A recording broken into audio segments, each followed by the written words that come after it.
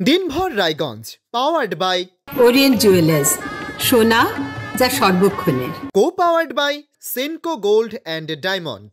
নমস্কার, আমি কুনাল। শুরু করছি আজকের দিনভর রায়গঞ্জ।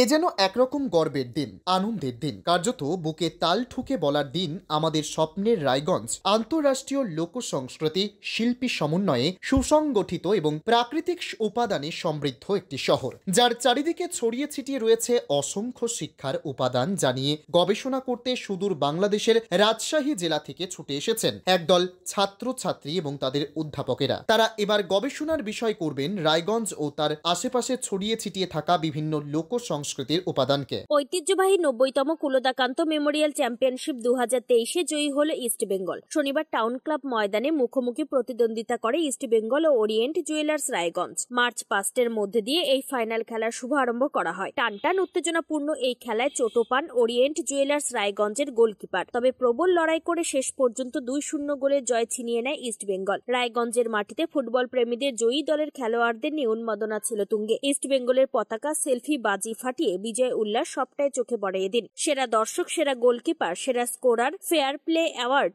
সহ একগুচ্ছ পুরস্কার তুলে দেওয়া হয়। পাশাপাশি রানার্স আপ দল ও জয়ী দলের হাতে ট্রফি তুলে দেন উদ্যোক্তারা। এই খেলার অভিজ্ঞতা অসাধারণ বলে জানিয়েছেন ইস্ট বেঙ্গলের খেলোয়াড়রা। অন্যদিকে এই খেলা রায়গঞ্জবাসীর, তাই আপামর রায়গঞ্জবাসী যেভাবে প্রতিটি খেলায় ভিড় জমিয়েছেন ও সুষ্ঠুভাবে খেলার আনন্দ উপভোগ করেছেন, তার জন্য কৃতজ্ঞতা জানিয়েছেন টাউন ক্লাবের সাধারণ সম্পাদক অরিজিৎ ঘোষ।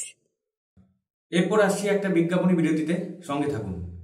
সব মাই চায় মেয়েকে রাজরানীর মতন সাজাতে, সাজিয়ে তুলতে চায় সোনার গয়নায়।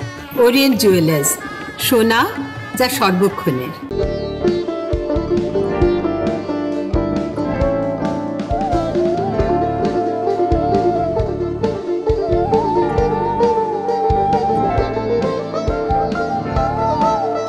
চলে এলাম বিজ্ঞাপনী বিরতির পর।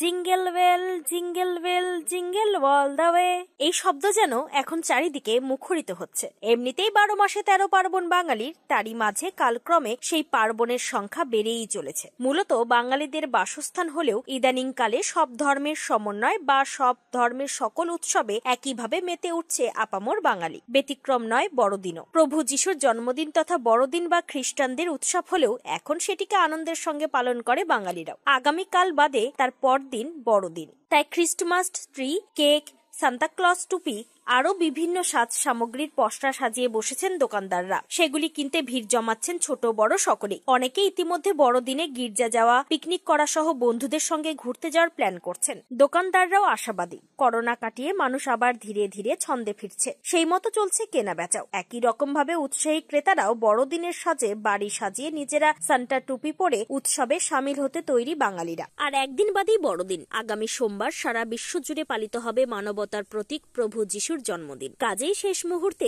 বড়দিনের প্রস্তুতি চলছে সব গির্জাগুলিতেই। সেই একই ছবি ধরা পড়ল রায়গঞ্জের ছটপাড়ুয়ার সেন্ট জোসেফ মহাগির্জাতেও। এই গির্জা শুধু রায়গঞ্জেই নয়, সমগ্র পশ্চিমবঙ্গেও যথেষ্ট সমাদৃত। সেন্ট জোসেফ মহাগির্জাতেও একটা সাজো সাজো রব চলছে। সর্বত্রই চলছে পরিষ্কার পরিচ্ছন্নতা এবং চার্চ সাজানোর কাজ। ছোট ছোট ছেলেমেয়েরা তাদের হাতের কাজের মধ্যে দিয়ে সাজিয়ে তুলেছে গির্জার ভেতরের সকল অংশ। আগামীকাল 24শে ডিসেম্বর মধ্যরাত থেকে শুরু হবে বড়দিনের অনুষ্ঠান। চলবে প্রার্থনা, নাচ, গান এবং মিষ্টি মুখ করানোর পালা। 25শে ডিসেম্বর সকাল থেকে আবার শুরু হবে প্রার্থনা, জানান গির্জার দায়িত্বপ্রাপ্ত ফাদার। সেই সঙ্গে গির্জা সংলগ্ন মাঠে 2 দিন ব্যাপী মেলাও বসবে। সেই মেলা উপলক্ষে চলছে বিভিন্ন স্টল বানানোর প্রস্তুতিও। এই উৎসবে শুধু খ্রিস্টানরাই নয়, সব ধর্মের মানুষেরাই উৎসাহ উদ্দীপনার সঙ্গে অংশ নেন বলে জানান ফাদার সান দ্য পল। আজকের দিনভর রায়গঞ্জ এ পর্যন্তই। আগামীকাল আবার দেখা হবে।